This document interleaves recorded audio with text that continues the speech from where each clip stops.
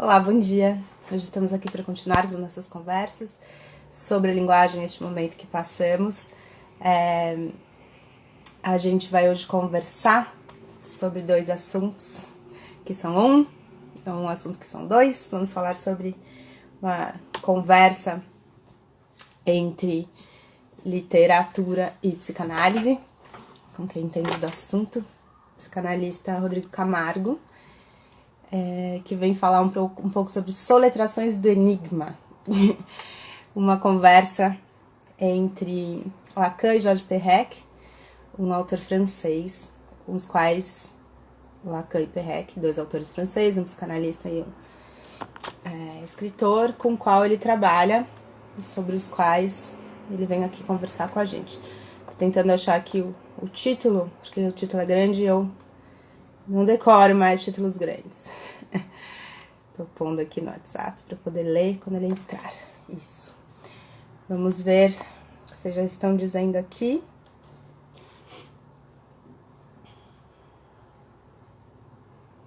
Estamos aqui. Márcio Reif, bom dia, Márcio. Bom dia, Renata. Bom dia, Zilda, Cal, Cláudia. Rodrigo entrou, vou pô-lo na conversa.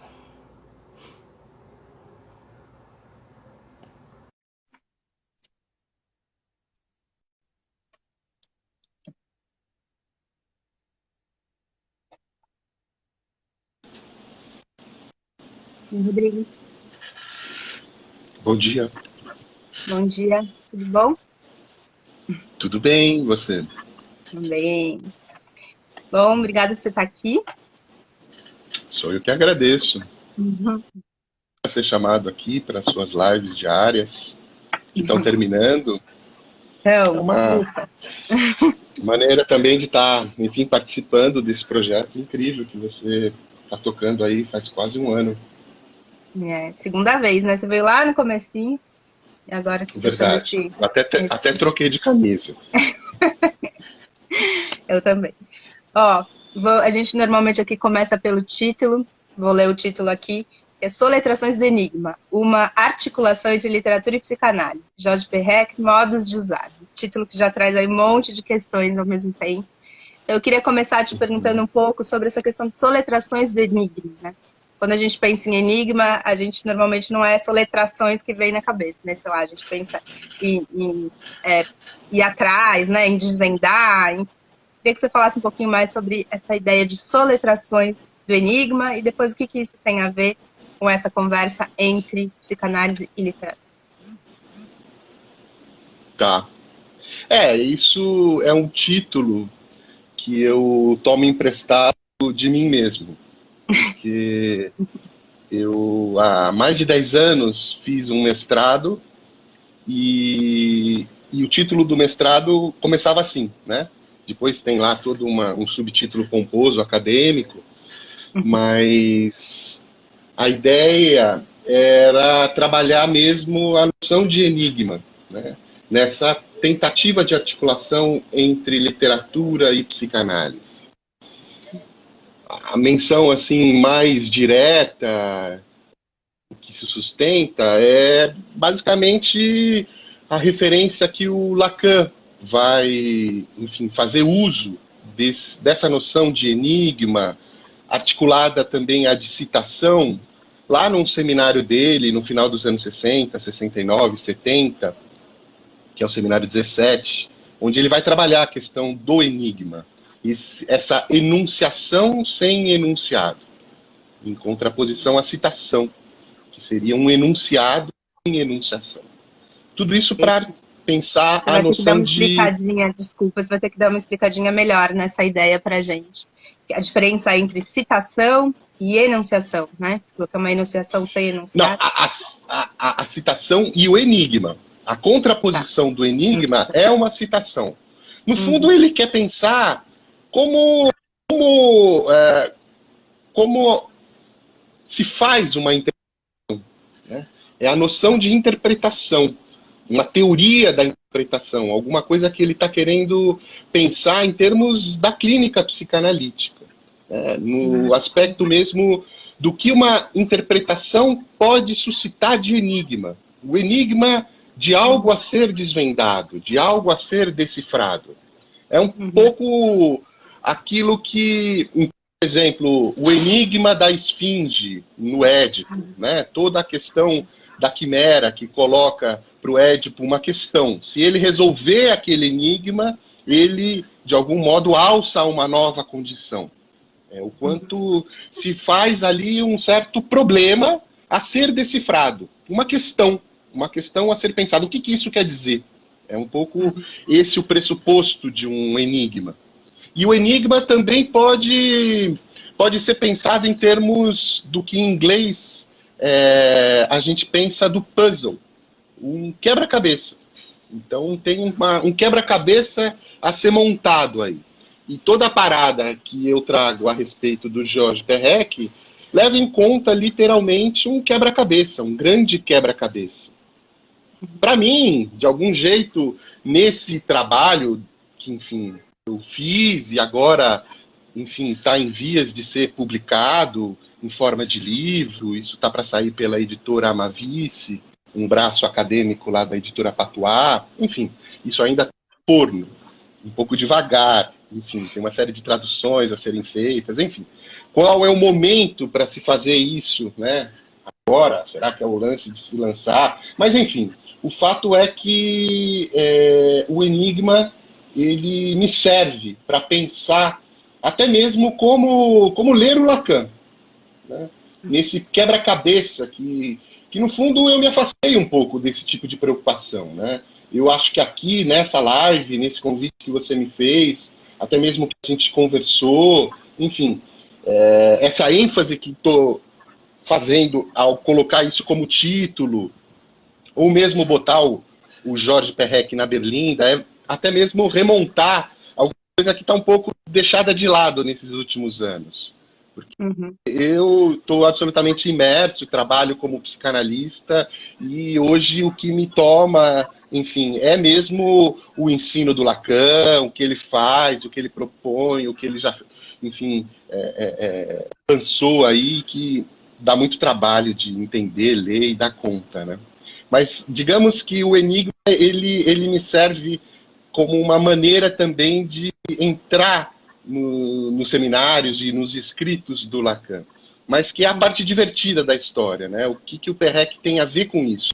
E a minha aposta e o argumento que eu lancei ali atrás, e que hoje está sendo um pouco revisto e, enfim, repensado por mim, é essa possibilidade aí, também ver uma parte divertida da história, porque o Perec foi atravessado de uma maneira muito lateral, muito peculiar, na verdade, pelo ensino do Lacan. Eu tento mostrar isso. Isso, digamos que não é assim muito usual nesse aspecto, porque não está claro, não é óbvio. Eu talvez force um pouco a barra, mas eu tento desvendar esse enigma. Ó, o Carl está perguntando assim, toda análise é uma interpretação de enigma?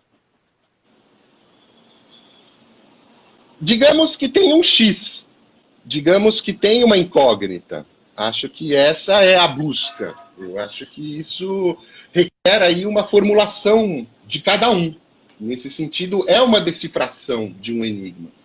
O problema todo é que quando você decifra um enigma, você cifra ele novamente. Então, isso acaba tendo um caminho e um sentido que vai buscar sempre um outro sentido. Portanto, é algo meio infinito, infindável. E, ao mesmo tempo, uma análise ela se propõe a ter um fim. Portanto, talvez seja uma maneira de lidar de um outro jeito com o enigma, né? Mas me parece que o barato de trazer o Perec é que ele sacou isso. Ele viu o X. E no lugar do X, ele colocou um W.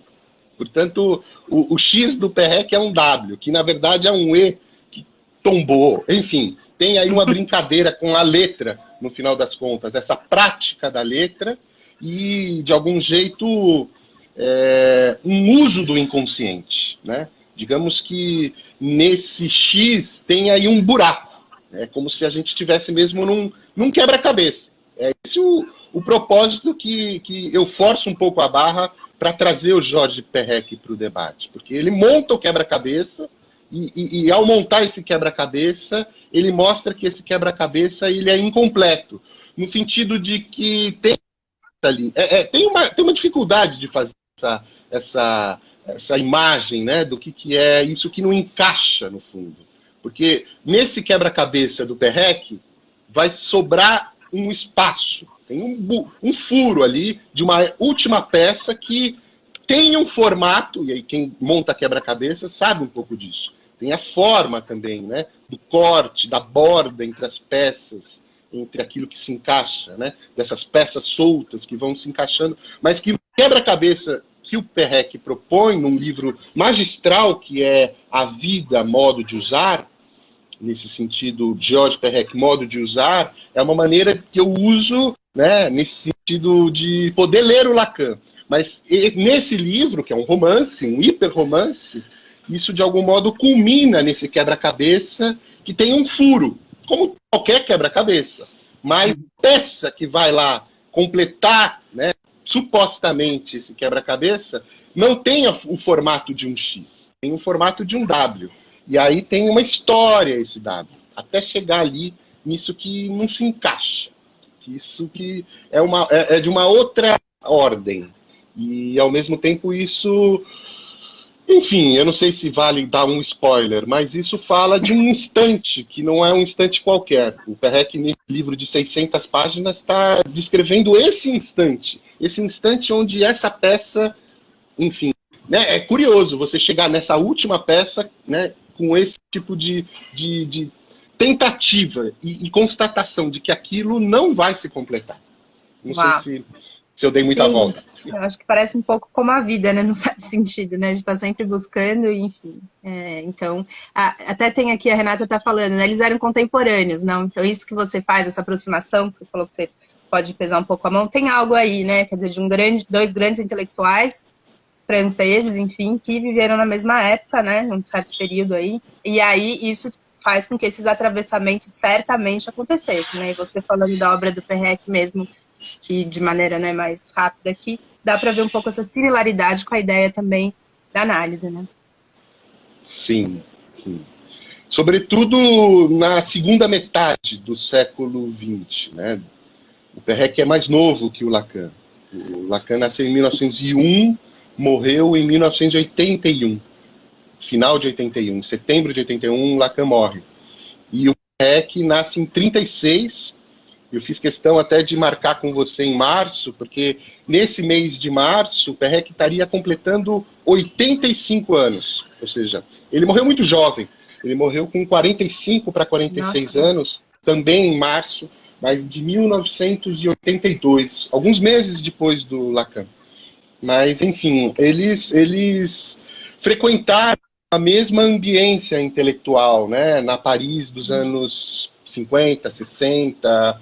e sobretudo os anos 70, eu acho que ali há um encontro, mas que, enfim, ele não efetivamente aconteceu, né? Porque o Perrec se manteve escritor, fez inúmeros livros, e o Lacan enveredava pelo campo da psicanálise, né? Mas estavam ali, de algum modo, no mesmo espaço. Tem outras questões aqui, que vocês estão falando hoje. Aqui... O Roberto Bueno, uma brincadeira com a letra significa uma brincadeira com a língua? Com essa diferença aí, essa aproximação entre letra e língua? Não, a questão da língua ela é muito cara, né? Até mesmo para o Lacan, no sentido de um neologismo, né, que é la langue. La langue é um conceito, virou um conceito, algo muito importante no final do ensino dele. Mas eu acho que eu pegaria essa pergunta por esse viés do neologismo, né? Enquanto o Lacan, ao longo de toda a sua trajetória, criou, e isso já foi feito um recenseamento fabuloso por alguns colegas lá na França, que fizeram um livro de um recenseamento, um levantamento nos seminários, nos escritos, de todos os neologismos que o Lacan fez. Foram cerca de 789. Cada um tem ali uma decorrência, uma profusão. Assim. O cara é um maluco que inventava palavras, mas extraía consequências, né? Tinha um ensino em torno delas. Então veja a dificuldade que a gente teria para traduzir um neologismo, porque isso é muito próprio da língua falada, né? O la langue é um ato falho, um lapso, melhor dizendo, do Lacan, né? Ele queria dizer o nome de um filósofo, alguém que escreveu um dicionário de filosofia, Lalande, e por um equívoco, por um lapso de língua, ele troca por Lalangue. E para ele isso não é assim à toa. Ele dá toda a ênfase e, enfim, tira as coisas muito importantes dali. Mas como é que a gente traduz isso para o português? Né? Então tem gente que traduz como a língua, tudo junto, ou la língua, né? Para manter um pouco essa lalação do termo em francês, mas é alguma coisa que foge ao sentido. Mas tem aí dificuldades postas em outras línguas, coisa que, por exemplo, o Georges Perec também maestria, quando ele faz um livro todo, um lipograma, sem uma determinada letra, né? A que mais se usa no francês, a letra E, ele vai escrever, acho que em 69, La Disparition, né? Um livro que eu julgava assim, impossível de traduzir. Havia uma versão em espanhol que, ao invés de tirar a letra E, e não é simplesmente tirar a letra, é usar os termos, nomes, substantivos, verbos, preposições, tudo sem a tal letra E. Né? Então, é a letra mais usada. Então, isso, ele faz um romance policial de centenas de páginas, onde ele não diz isso, e as pessoas leem, nem percebem, ou vão perceber muito tarde. Está ali, La Disparition. As únicas letras E estão na capa, né? Georges Perec. A coisa da letra do nome deles, né? No sentido do que o A também representa para o Lacan, o objeto pequeno A, petit A. Né? Nesse aspecto, há uma divertida, no mínimo, para a gente pensar no que está em jogo, na medida que o Perec certamente acompanha ou acompanhava o que o Lacan fazia. Né? Então ele extraiu outras consequências que não eram eminentemente psicanalíticas, apesar de ser atravessado pela psicanálise. Mas voltando à questão de La Disparition, para mim era uma coisa meio impossível. E teve aí o Zé Férez, que fez a tradução esplendorosa, onde ele encampa o desafio de tirar o E na língua portuguesa e escreve, traduz o sumiço. Um livro que ganhou prêmio Jabuti, parece, de tradução. Enfim, coisas que nesse sentido nos faz trabalhar, nos entusiasma, né? Mas tem aí talvez toda uma questão do intraduzível, mas que, quem sabe assim, tem algumas coisas que, diante do impossível, é preciso inventar. Ainda mais agora, estamos num bom momento para pensar sobre isso mais aprofundadamente, né? Olha, tem várias coisas para puxar das suas falas, mas as pessoas estão aqui falando bastante hoje. Como montar um quebra-cabeça se algumas peças estão nas mãos de terceiros? É uma boa pergunta, hein? Eu acho que ele está falando dessa questão aí, talvez, da análise. Como é que você traz essa questão aí para análise? Eu posso, talvez... eu posso trazer, assim, justamente uma das histórias, né? Um dos eixos, e me parece, assim, o mais importante no livro A Vida, Modo de Usar, que é um hiperromance, tanto que o Perec coloca A Vida, Modo de Usar, publicado pela Companhia de Letras. Eu acho que já tem uma versão em bolso, mas é esse livro aqui, né? Não sei se fica invertido, acho que fica. Fica, mas dá para ver. Mas, enfim, A Vida, Modo de Usar, e aí tem aquelas famosas, o frontispício, assim, de edifícios, onde a gente vê o que está acontecendo dentro, né? No fundo, esse livro, é um livro daqueles que ficam de pé, né? Ele conta a história do que está acontecendo na fachada, quem observa, assim, de frente, de um edifício imaginário em Paris, numa noite que também não é uma noite qualquer, né? Uma noite numa data específica, onde o Perec situa essa passagem, isso que a gente vê assim, aquilo que é um flagrante do que está acontecendo naquele prédio, e ao mesmo tempo ele vai descrever o que está acontecendo em cada cômodo daquele prédio. É aí que o quebra-cabeça começa a ser montado. E isso ele realiza por volta das 8 horas da noite, do dia 23 de junho de 1975. E aí, enfim, eu começo a pensar, bom, não tem como não pensar e não trazer à baila o Lacan. Né? O Lacan, nesse ano, nesse momento, né, está desenvolvendo ao longo da série de seminários dele, o seminário de número 23, o seminário sobre Joyce, de James Joyce, e a questão do sintoma, que ele vai grafar com uma letra. Ele vai, de algum modo, resgatar um nome, uma maneira de se pensar o sintoma à moda antiga, né, na grafia do francês, que é um sintoma com um H, né, o symptôme. Então tem aí alguma coisa também de difícil tradução, porque a gente vai ter que fazer uma série de adaptações, mas que ele vai ressaltar a obra do James Joyce. Né? E aí não tem como, enfim, pensar, bom, mas 23 de junho, o que acontece na medida que é uma semana depois do tal do Bloomsday, do dia 16 de junho de 1904, onde ali se celebrou, ou de algum modo se condensou uma espécie de monumento da literatura universal, né, com a escrita de Ulisses. Então tem aí alguma coisa que o Perec faz reverência.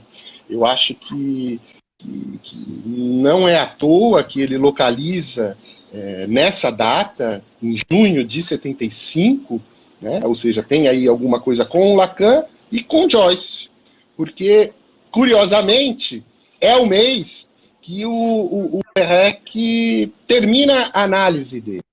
Ele fez 3 análises ao longo da vida, uma primeira quando jovem, aos 11, 12 anos, se não me engano, com a Françoise Doutot, uma psicoterapia com a Françoise Doutot, mais jovem, enfim, com 20 e poucos. É uma estudiosa da infância, né? Tem vários livros aí sobre... É uma psicanalista muito importante na França, que trabalha com crianças e que, enfim, foi companheira de longa data ali, trabalhando ao lado do Lacan, né? A Doutot, ela é muito importante até hoje, né? Uhum. E ela atendeu o Perec. O Perec tem uma história também de ser órfão de pais judeus, poloneses, que morreram em campos de concentração.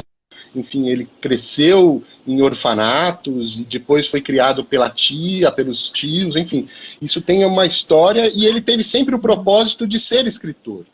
Mas ele, ao mais jovem, passa por uma análise breve com um psicanalista francês de linhagem inglesa, que chama Michel Demuzin, e nos anos 70, ele, numa crise de, enfim, travar num determinado livro que ele estava escrevendo sob a forma de folhetim, quinzenalmente, como se fosse ali uma novela que estava ali sendo feita,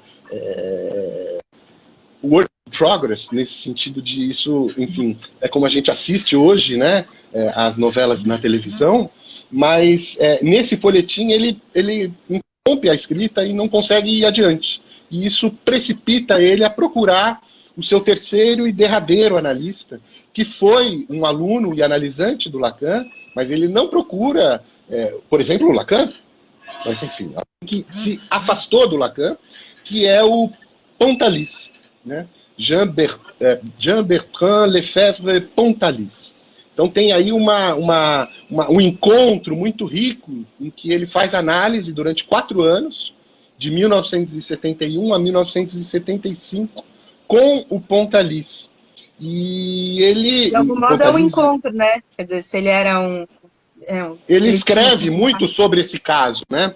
Com pseudônimos. A gente sabe que é o Perec que está ali, naquele caso, sendo trabalhado pelo Pontalis, um psicanalista brilhante, mas que, nesse sentido, a gente vê o curso de uma análise, né? Mas que, curiosamente, o Perec não se torna psicanalista. Eu acho que isso é intrigante, é inquietante para mim pensar, né, que tem aí um caminho, tem aí essa questão do que é fazer análise, nesse sentido de passar, né, de analisante a analista, no sentido de ser analista da sua própria experiência. Esse é o percurso de uma análise.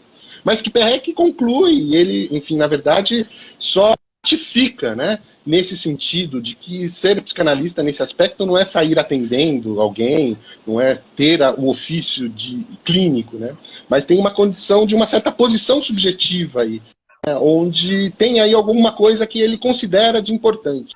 E terminou a análise dele justamente em junho de 1975. Mas eu acabei desviando, enfim. Não, tá ótimo. Só duas questões que tem muitas perguntas aqui, né? Tem mais perguntas do que normalmente. Acho que tem muitos enigmas aí dentro dessas coisas que você vai puxando. Eu já vou pôr. Mas tem duas questões que me chamaram a atenção na sua fala. Uma é por que ele talvez devesse. O que você acha? Você, ou não sei se é algo comum aí, por que ele deveria talvez se tornar psicanalista? Por que você acha curioso ele não ter se tornado psicanalista e continuar sendo um escritor, né? Por que se coloca isso? E o que é essa finalização de análise, né? Porque muitas das vezes a gente tem, acho que o senso comum, talvez, pensando mais no Freud, talvez do que no Lacan, acho que você podia falar dessa diferença, é que talvez a análise não tenha fim, né? Assim, é uma coisa que é muito difícil você pensar num final. E você falou que ele terminou uma análise e que você acha curioso ele não ter se tornado um psicanalista. Queria que você falasse dessas duas questões, depois eu ponho as perguntas. Tá. Essa é uma pergunta que é, enfim, a vida para responder nesse sentido. Não, de pesquisa, de trabalho. Pois é, não tem como responder. É algo que os psicanalistas batem cabeça o tempo todo. Estamos discutindo, debatendo isso à torta e à direita. Essa é a questão que está em jogo, né?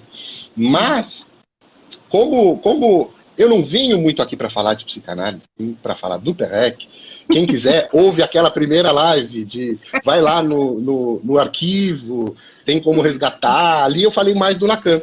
Mas que hoje eu achei importante, talvez, dar essa ênfase e trazer, é como se você tivesse me feito aquela pergunta, o que você recomenda ler nessa pandemia, né? Eu acho que tem que ler o Perec, tem que ler esse livro, A Vida, Modo de Usar. Se a gente não consegue ler Ulisses ou Finnegan's Wake, lê esse livro, já dá uma boa entrada, assim, no trabalho que dá acompanhar, assim, um hiperromance, né? São várias histórias. E talvez eu responderia isso que você está indagando, Paula, justamente contando a história que é esse desdobramento que a gente mais ou menos se pergunta, mas onde é que ele quer chegar com esse escopo aí aberto de várias histórias? O que a gente olha para esse prédio e está vendo o quê? O que está acontecendo efetivamente nesse instante? Por volta das 8 horas da noite, no dia 23 de junho de 1975, nessa visada, né? E aí, essa talvez seja uma maneira de te responder isso, porque tem um projeto que foi feito ali e que a gente vê justamente o desfecho dele, né? Tem aí alguma coisa que é um arco. Se a gente está em 1975, nesse romance, naquela noite específica, tem um arco que remonta até 1925. Ou seja, 50 anos atrás. É claro que o cara não está só descrevendo o que está acontecendo ali, né? São histórias dentro das histórias. Tudo isso num caráter romanesco, mas eminentemente poético, porque uma letra que muda de lugar já muda toda a história. Mas o projeto que estava em jogo é um dos personagens, porque ele vai dando voltas, né, nesse prédio. Ele sai ali e vai contando de uma maneira sem repetir os cômodos. Então ele vai saindo, entrando num outro personagem, num outro cômodo, num outro andar, num outro apartamento, e vai descrevendo aquilo de capítulo em capítulo. São 99 capítulos, com um epílogo. Mas também tem... Falta um. Sempre essa coisa da incompletude. Mas que o projeto que está em jogo é o que em alguns capítulos a gente vai ler, porque é uma espécie de jogo da amarelinha também. Você pode ler do seu jeito pelos personagens, por exemplo, pulando capítulos. É claro que alguns personagens conversam, né, têm relação. São 3 moradores desse prédio que têm uma ligação muito forte. E essa história desse milionário inglês muito, digamos, peculiar, né? Tem aquela característica assim, de um cara muito rico que não sabe o que fazer da vida ao longo dos 20 anos, tem um projeto e ele um projeto que não é nenhum projeto heróico. Ele fala assim, eu vou me propor a fazer isso da vida.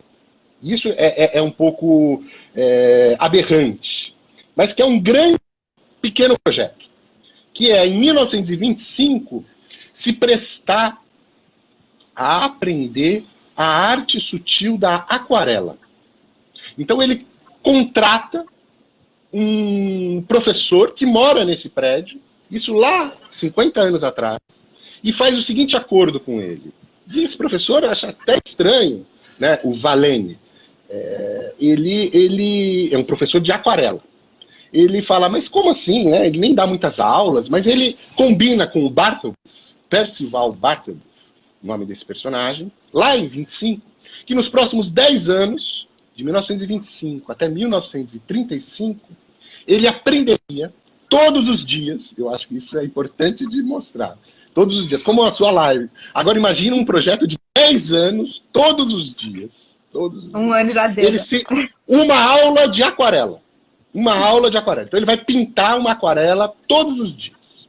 E aprender a técnica da aquarela. Então ele começa com carvão, uma coisa mais grosseira. Aí ele vai, depois de 2 anos, dominando a técnica da pincelada, de quanto líquido você passa, a força que você imprime, o papel, a tinta, tudo que está ali em jogo. Mas só depois de 2 anos que ele vai começar a ter uma certa noção. A aquarela é muito aprender. Mas ele se propõe a fazer isso durante 10 anos. Então, de 1925 até 1935, ele aprenderia a aquarela.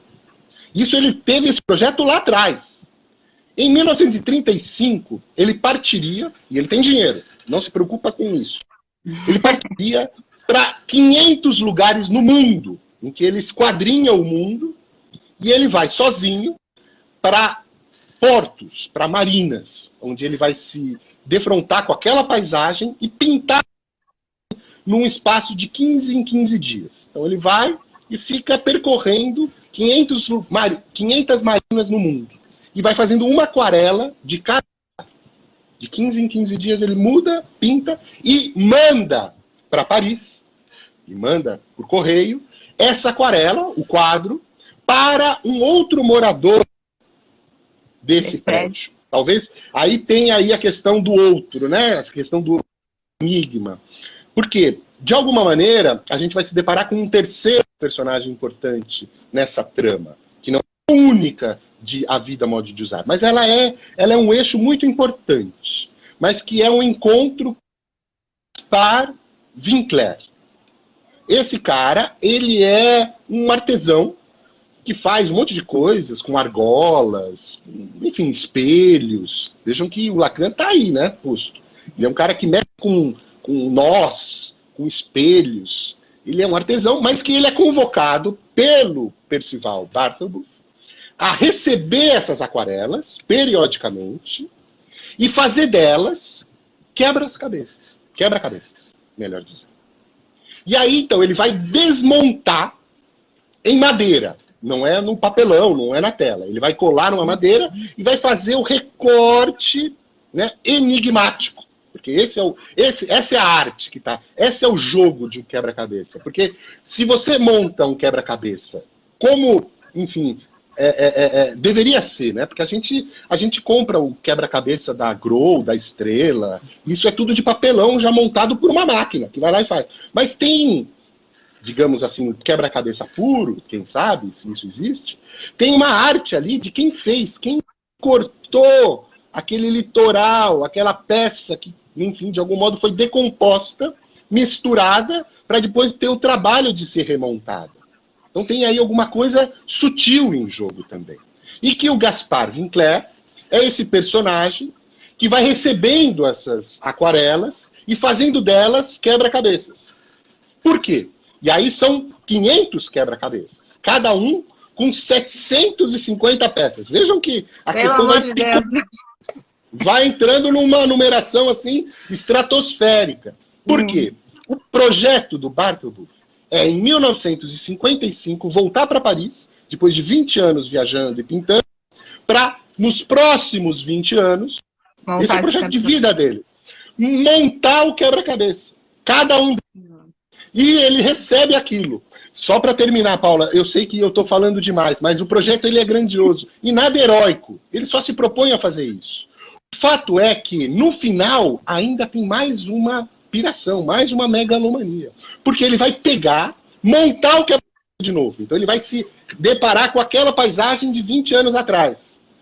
Tanto, ele vai mandar esse quebra-cabeça montado de novo para o lugar onde ele pintou, e ali, onde foi pintado, aquilo vai ser colocado numa solução química, onde a aquarela vai virar um papel em branco de novo. Portanto, é um projeto que sai ali de 1925 até 1975, ele já é um velhinho e está montando esse quebra-cabeça, né, nesse momento, né, tem aí alguma coisa acontecendo, ele se deparar com alguma coisa que fugiu ao controle dele. Tem aí alguma coisa que ele não previa e que o montador de quebra-cabeça fez. Uma peripécia, alguma artimanha, um ardil. E aí é um ponto importante do livro, é ali que ele está se deparando com isso. No entanto, o interessante, a partir da pergunta que veio antes e da sua provocação agora, a questão é essa. Ele parte do nada e chega no nada. Porque esse é o projeto, esse é o arco que se faz. E nisso você tem aí 2, 3 livros que a gente precisa pensar juntos do Perrec para dar conta do que se trata em questão. A psicanálise, nesse sentido, tem tudo a ver com esse projeto. Falar do fim da análise, olha só todo esse arco que ele contou aqui pra gente. Muito bom. Ó, a Isilda Bichara está dizendo, interessava a ele essa observação da vida. Tem um livro dele, Tentativa de Esgotamento de um Local Parisiense, em que Perrec passa dias observando de um café todas as miudezas e detalhes insignificantes. Ela está contando aqui, insignificantes para registrar o que acontecia quando nada acontece. Bonita essa imagem, Isilda. E o Roberto Bueno está perguntando por que Lacan criava esses neologismos. E a Isilda diz que no francês a letra é quase imprescindível.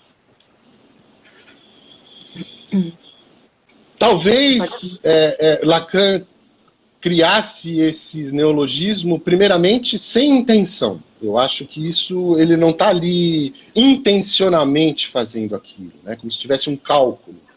Porque, justamente, existe o inconsciente.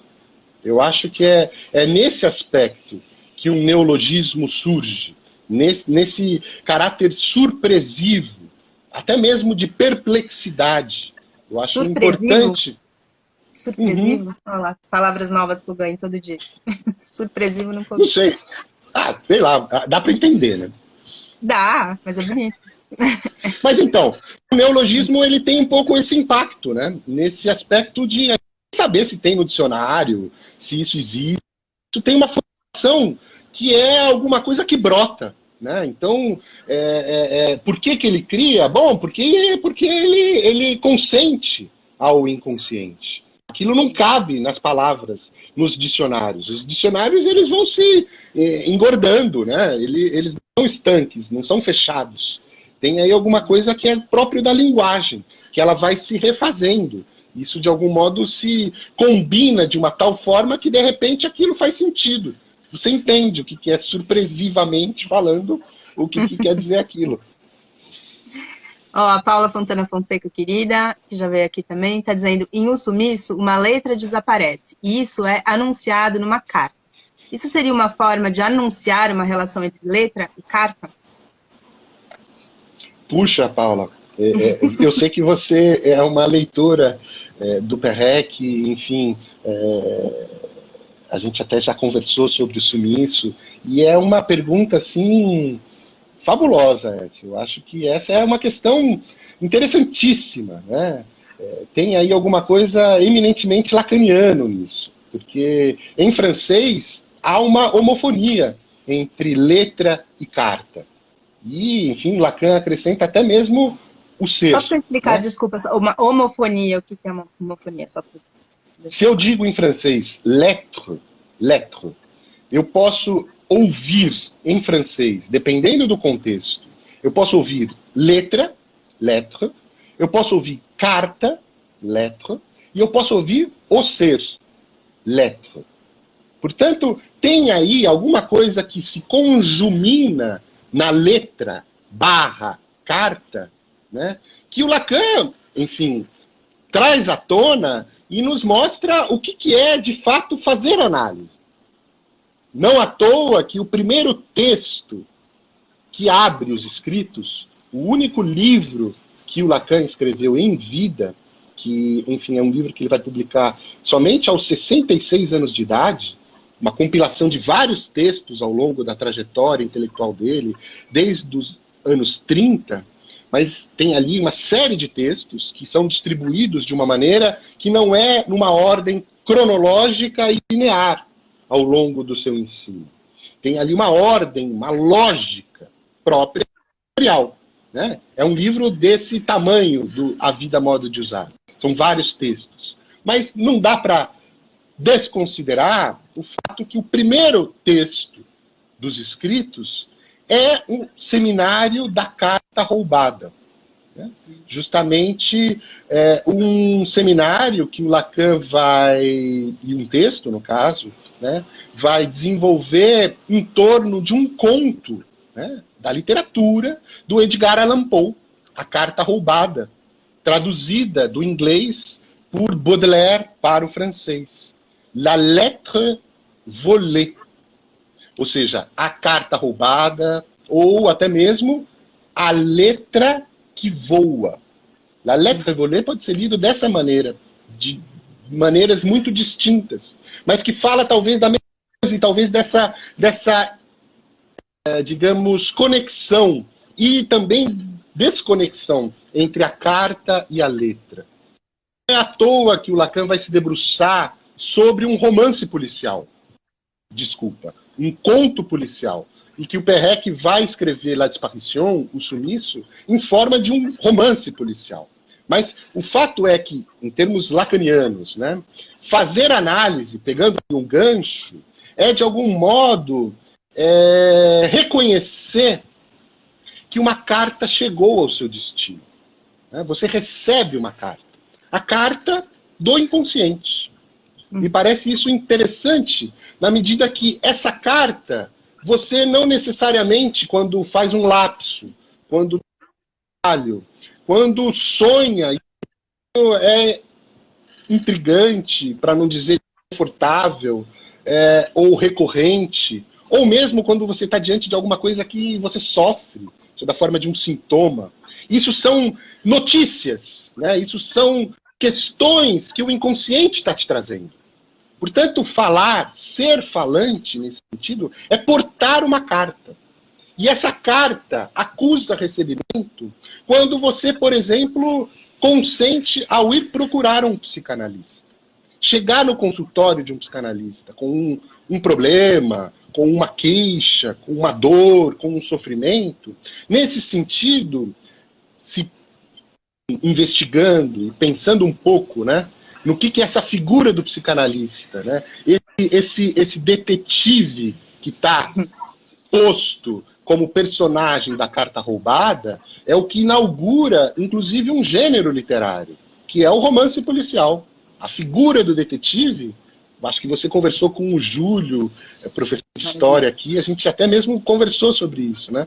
O quanto tem aí alguma coisa que o Poe inaugura por inventar a figura do detetive. Toda uma série de romances policiais que vieram depois, com Agatha Christie, Conan Doyle, enfim, Rubem Seca, Garcia Rosa, todos têm um detetive. Né? A figura ali de alguém que vai descobrir o que... Não no sentido de que o psicanalista é um detetive, mas no sentido que não havia essa figura capaz de, por exemplo, a gente pensar numa trama em torno desse personagem que não é um personagem qualquer. Enquanto um caráter do romance policial. A psicanálise, ela é um gênero na medida que existe o psicanalista. E esse psicanalista... São na mesma época. Só desculpa, assim, só para pontuar que vêm um pouco na mesma época, né? A psicanálise e o romance policial, né? No momento várias coisas, né? O cinema... O futebol, maravilhosa do século XIX. Tem várias coisas que estão acontecendo ali na virada do século XIX para o século XX. Mas, de fato, se atenta para uma questão importante. Mas que o Freud, nesse sentido, foi genial, porque ele inventou essa figura, né? A figura do psicanalista. E extrai consequências disso. Tem uma literatura. A literatura, nesse sentido psicanalítica, ela não é algo eminentemente científico ou artístico. Ela é própria da psicanálise. Mas que está aí em jogo, né? Isso que você leva para o psicanalista. Digamos, você leva essa carta, fala, ó, recebi essa carta. E aí, os primeiros encontros vão, no caso, atestar se você está disposto a abrir essa carta, a ver o que está escrito nessa carta. Nesse sentido da letra, né? Porque você pode muito bem falar, não, eu não quero abrir, eu não vou ver o que tem aqui dentro. Mas se você se puser a abrir e a ler essa carta, me parece que fazer análise é esse jogo, onde você vai digamos, entrar nessa leitura dessa carta que é sua, que você porta. E aí você vai lendo essa carta, e você vai descobrindo coisas nessa carta. O paradoxo é que quanto mais você lê essa carta, mais ela fica ilegível. Mais essa letra não consegue ser mais reconhecida como tal. Isso que vai de sentido em sentido, vai se desmontando. A psicanálise, digamos, de orientação lacaniana, é capaz de fazer também alguma coisa que, em termos de proliferação de sentido, pode também reduzir essa carta à letra. A uma letra própria de cada um. Então, esse é o ponto que talvez acho muito interessante essa articulação que a sua xará, né? Ela faz perguntando nessa questão entre a carta e a letra. Eu acho que é por aí. Tem muito pano para manga. A Cláudia está dizendo aqui, efemérides que se transcrevem em linguagem. A gente ainda está lá. O que mais aqui? Estão brincando entre si, aqui falando um que vai ter 10 anos de aula de aquarela aqui com o outro. A Cláudia está dizendo a arte, o fazer criativo de cada um, no enigma da vida de cada um. Bonito. O Roberto está dizendo, perrec, menino, o que é isso? É isso. Toda essa coisa intrincada, né? A Cláudia está dizendo, a aquarela, por sinal, é uma arte que se faz mais com entrega do que com controle. Isso é interessante de pensar também, né? O que mais aqui? A Isilda, ouvi dizer que ele suprimiu a letra E na desaparição, porque as palavras, vocês com esse francês que eu não sei falar, mère e père, deve ser isso, mãe e pai, desapareceram da vida dele muito cedo. Seria verdade? A C. Pasquarelli está dando bom dia. E a Fernanda, parabéns pela live, Paulo Rodrigues. Obrigada. É isso, né? Acho que o que está em jogo ali nessa última análise dele, mas que atravessa a vida toda do Perrec, ele vai escrever uma autobiografia, que inclusive se chama W, ou A Memória da Infância. Uma autobiografia peculiar, e que é um livro que precisa ser cotejado com a modo de usar, porque tem lá, né, nessa inabitual autobiografia, que ele está contando a história dele, mas mesclando com uma parte ficcional. Aquilo são dois textos que se intercalam e vão trabalhando, né, capítulo em capítulo, no sentido de se inverter, de uma maneira que ele traz justamente o personagem do Gaspar Winkler, que retoma na vida a modo de usar. O Winkler, ele é um personagem importante nesse W, né? Um lugar que ele cria essa terra dos esportes, uma ilhotas na Terra do Fogo, enfim, onde tem ali alguma coisa, um culto a uma sociedade que coloca o esporte no Olimpo, nesse sentido. A sociedade se organiza em torno do esporte, mas que, no fundo, isso vai chegar e culminar num certo inferno concentracional, né? E aí depois o Perrec articula isso justamente porque, na época, por volta dos anos 70, a partir de 73, sobretudo, era onde o Pinochet mandava as pessoas para campos de deportação, em ilhas isoladas ali na Patagônia, na Terra do Fogo, né? Então, a questão do campo de concentração é algo que atravessa toda a vida do Perrec. Ele perdeu a mãe e o pai muito cedo. Ele tinha por volta de 6, 7 anos e a mãe foi para Auschwitz. E nunca foi, inclusive, atestada a morte dessa mãe, né? Isso é muito, enfim, tocante na trajetória dele, porque ele nunca teve um documento capaz de provar, olha, minha mãe faleceu, minha mãe não existe mais. E aí tem uma coisa que é a ata de desaparição, em francês, la disparition, é também uma maneira de dizer a morte, né? Isso é uma maneira polida de dizer morte. A ata de desaparição, a ata do falecimento, nesse sentido, esse documento... Atestado de óbito, seria o atestado de óbito? Mais ou menos. Aí tem alguma coisa do conhecimento do governo francês que veio muito tarde para o Pérec. Mas que Pérec vai fazer justamente alguma coisa em torno desse luto, dessa maneira de elaborar alguma coisa que é um rombo na história de vida dele. Né? Não tem uma tumba, não tem um cemitério, não tem nada que ateste, né, documentalmente a morte desses pais. Principalmente da mãe. Mas, de fato, mère e père, nesse sentido, comportam essa letra E, mas que, de algum jeito, o Pérec está falando disso, né, da desaparição da letra E, nesse sentido da impossibilidade de falar da morte também. Uhum. Desculpa, eu só ia puxar um fio, porque hoje, né, dia 31 de março, você está falando desse rombo dos desaparecidos, estamos num momento super complexo da nossa história, quer se dizer que não teve ditadura militar, para lembrar, né, dessa sombra terrível aí que está pairando de novo, e que os desaparecidos que espécie de celebração é essa, né, Paula? Celebrar uma data terrível, e que todos, né, os filhos e cônjuges, enfim, familiares dos mortos e desaparecidos da ditadura, que ficam, assim como você está falando do Pérec, né, com esse rombo na vida eternamente, né? E são muitos, né? Milhares. Só pra gente lembrar dessa questão hoje. Olha só aqui, sua filhinha linda tá dizendo: pai, Paula, parabéns pela live. Um beijo da Anitta. Bom, a gente tem uns minutinhos aí ainda. E aí eu queria te perguntar... Pronto, aqui já... Eu queria te perguntar aí, digamos, a última coisa que dá para perguntar, né?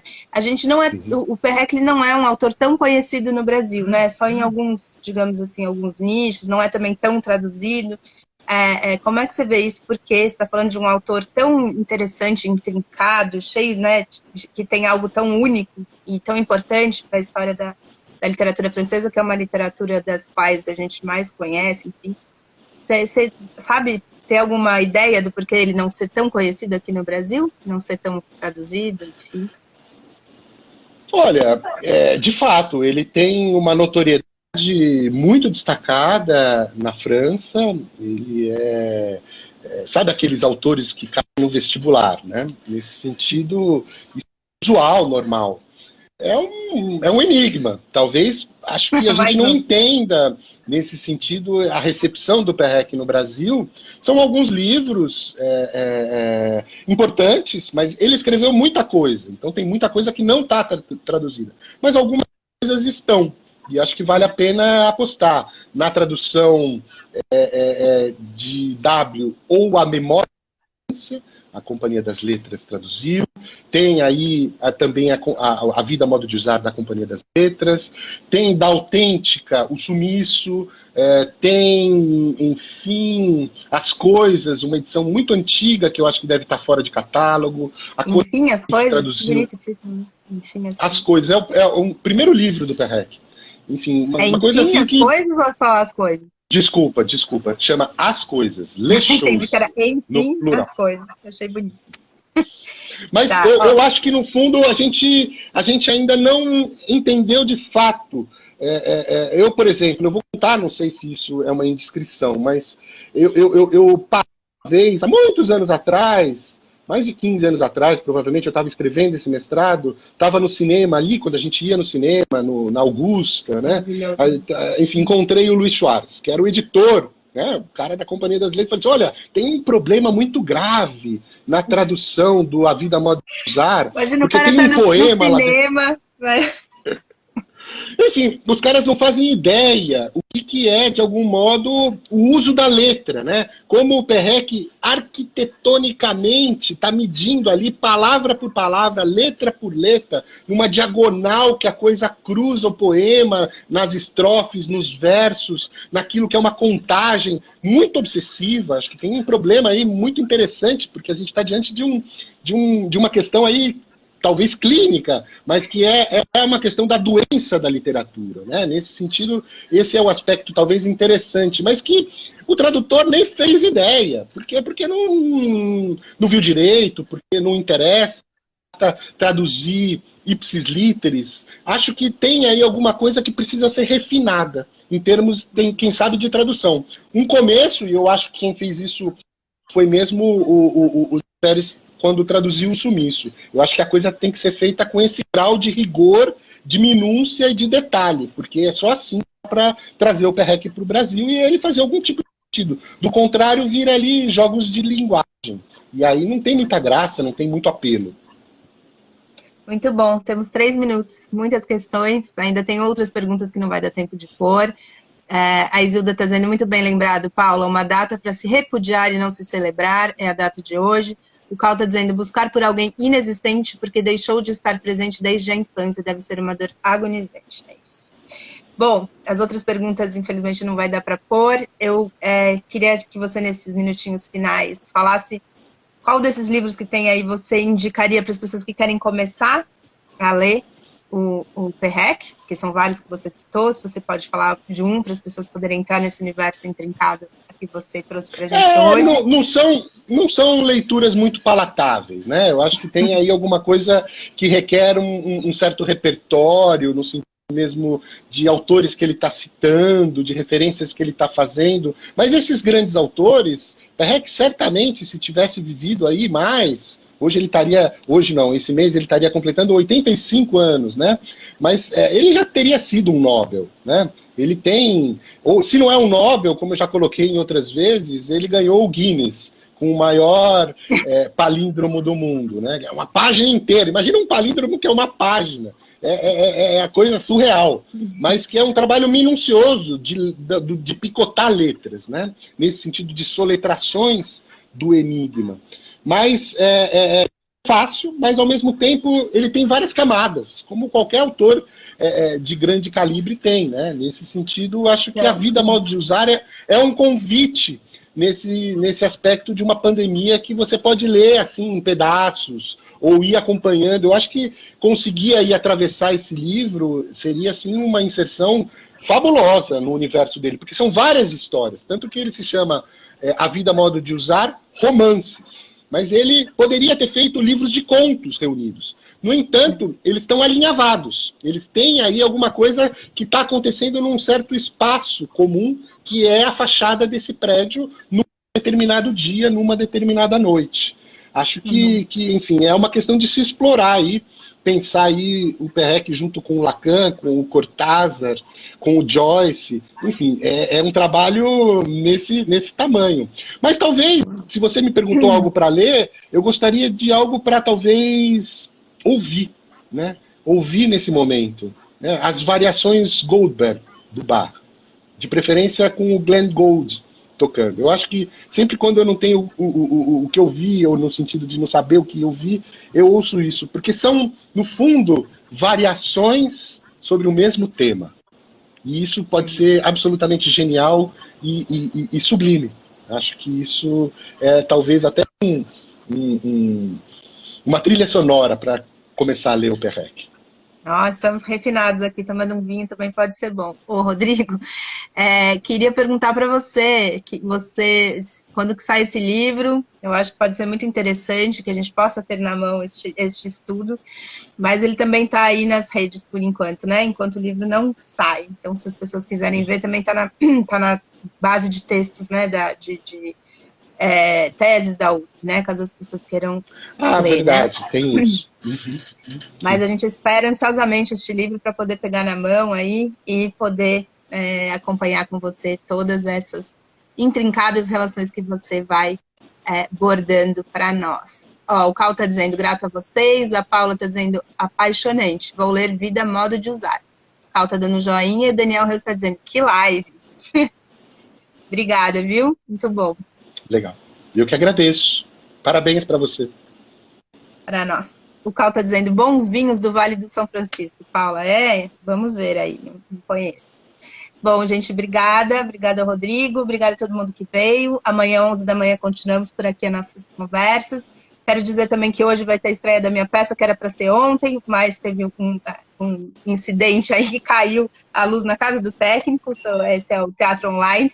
Então, hoje, às 9 da noite, tem a estreia de Castor e Pollux. Se vocês puderem, apareçam. Obrigada, gente. Beijo, Rodrigo. Tchau. Até amanhã, 11 da manhã, quando continuamos por aqui nossas conversas. Tchau. Tchau.